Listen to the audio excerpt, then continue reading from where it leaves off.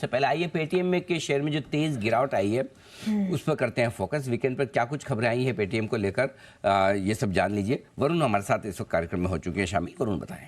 तो डेफिनेटली अनिल जी, पूरे weekend Paytm जो है काफ़ी चर्चा में था, और चर्चा में इसलिए था क्योंकि खबर एक आई थी कि ईडी की जांच जो है वो पेटीएम और पेटीएम के प्रमोटर्स पे चल रही है। हालांकि इन्होंने कल ही ये क्लैरिफिकेशन दे दिया कि इस कंपनी के जो पेटीएम के जो प्रमोटर है या फिर सीईओ है, उनके ऊपर कोई भी मनी लॉन्ड्रिंग का केस नहीं है और इनके ऊपर कोई भी जांच नहीं चल रही। इनफैक्ट कंपनी पे भी किसी तरह की कोई जांच नहीं चल रही और ये किसी भी मनी लॉन्ड्रिंग केस में किसी तरह से भी शामिल नहीं है।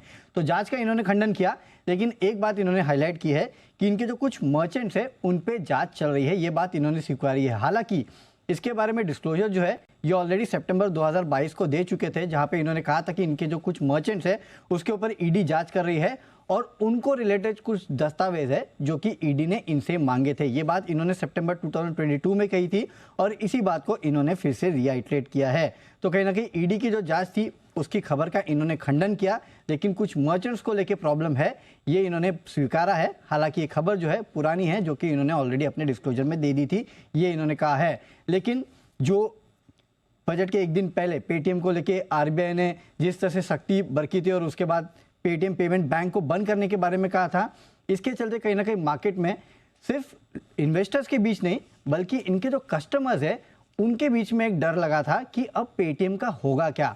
और इसी के ऊपर CIT यानी कि कॉन्फेडरेशन ऑफ ऑल इंडिया जो ट्रेडर्स है, उन्होंने अपने जितने भी व्यापारी है उनको कहा है कि पेटीएम का इस्तेमाल जो है वो आप नहीं करें तो ज़्यादा अच्छा होगा। उन्होंने सलाह दी है कि कहीं ना कहीं पेटीएम के इस्तेमाल से आप बचे। तो ये एक बहुत बड़ी बात है कि वैसे ही पेटीएम पेमेंट बैंक के तो आप कस्टमर्स रहेंगे नहीं, वहाँ तो आरबीआई ने रोक लगा दी है।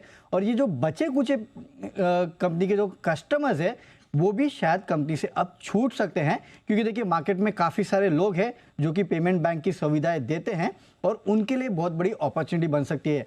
आपको याद होगा हमने हाल ही में एसबीआई के रिजल्ट के बाद जो एसबीआई के साथ बातचीत की थी, उसमें इन्होंने एसबीआई ने भी कहा था कि हमारा पेटीएम से कोई लेना देना नहीं है, कोई पार्टनरशिप नहीं है, लेकिन अगर पेटीएम पेमेंट बैंक बाहर चला जाता है तो ये बाकी कंपनियों के लिए बड़ी अपॉर्चुनिटी बन सकती है। और एक ओवर द वीकेंड अपडेट आया, वो ये था कि मॉर्गन स्टैनली ने इस कंपनी में 50 लाख शेयर खरीदे हैं। हालांकि क्यों खरीदे हैं वो वही जाने, लेकिन शायद आखिरी मिनटों में मॉर्गन स्टैनली ने इस कंपनी में 50 लाख शेयर खरीदे हैं। कंपनी सफाई देने को तैयार है नहीं कि क्या हुआ क्या नहीं हुआ, हमसे बात नहीं कर रही अभी तक, और इसकी वजह से कहीं ना कहीं इन्वेस्टर्स को भारी भरकम नुकसान जो है कंपनी की वजह से हो रहा है। लेकिन एक्सचेंजेस ने बचा लिया, क्योंकि जो सर्किट फिल्टर है उसको 20% से कम करके 10% कर दिया है। हालांकि लगातार तीसरा दिन है जब ये लोअर सर्किट पे है। आज देखते हैं, लेकिन लोअर सर्किट पर कुछ वॉल्यूम सुने क्या आज, ये देखना इंटरेस्टिंग है। पेटीएम देखिए हुए 55,75,000 शेयर के वॉल्यूम्स होते हुए दिखे। लोअर सर्किट पर आज वॉल्यूम अच्छा होता हुआ दिखा है। हालांकि वॉल्यूम शुक्रवार को भी हुआ था, लेकिन वो ब्लॉक डील्स थी मॉर्गन ने जो खरीदा था, मॉर्गन स्टैनली ने। लेकिन आज भी 55 लाख शेयर, सुबह एक तो 23 लाख शेयरों की ब्लॉक डील भी नजर आई थी। तो पेटीएम में लोअर सर्किट पर थोड़े वॉल्यूम्स होते हुए दिख रहे हैं, 10% के निचले सर्किट पर ट्रेड करता हुआ दिख रहा है।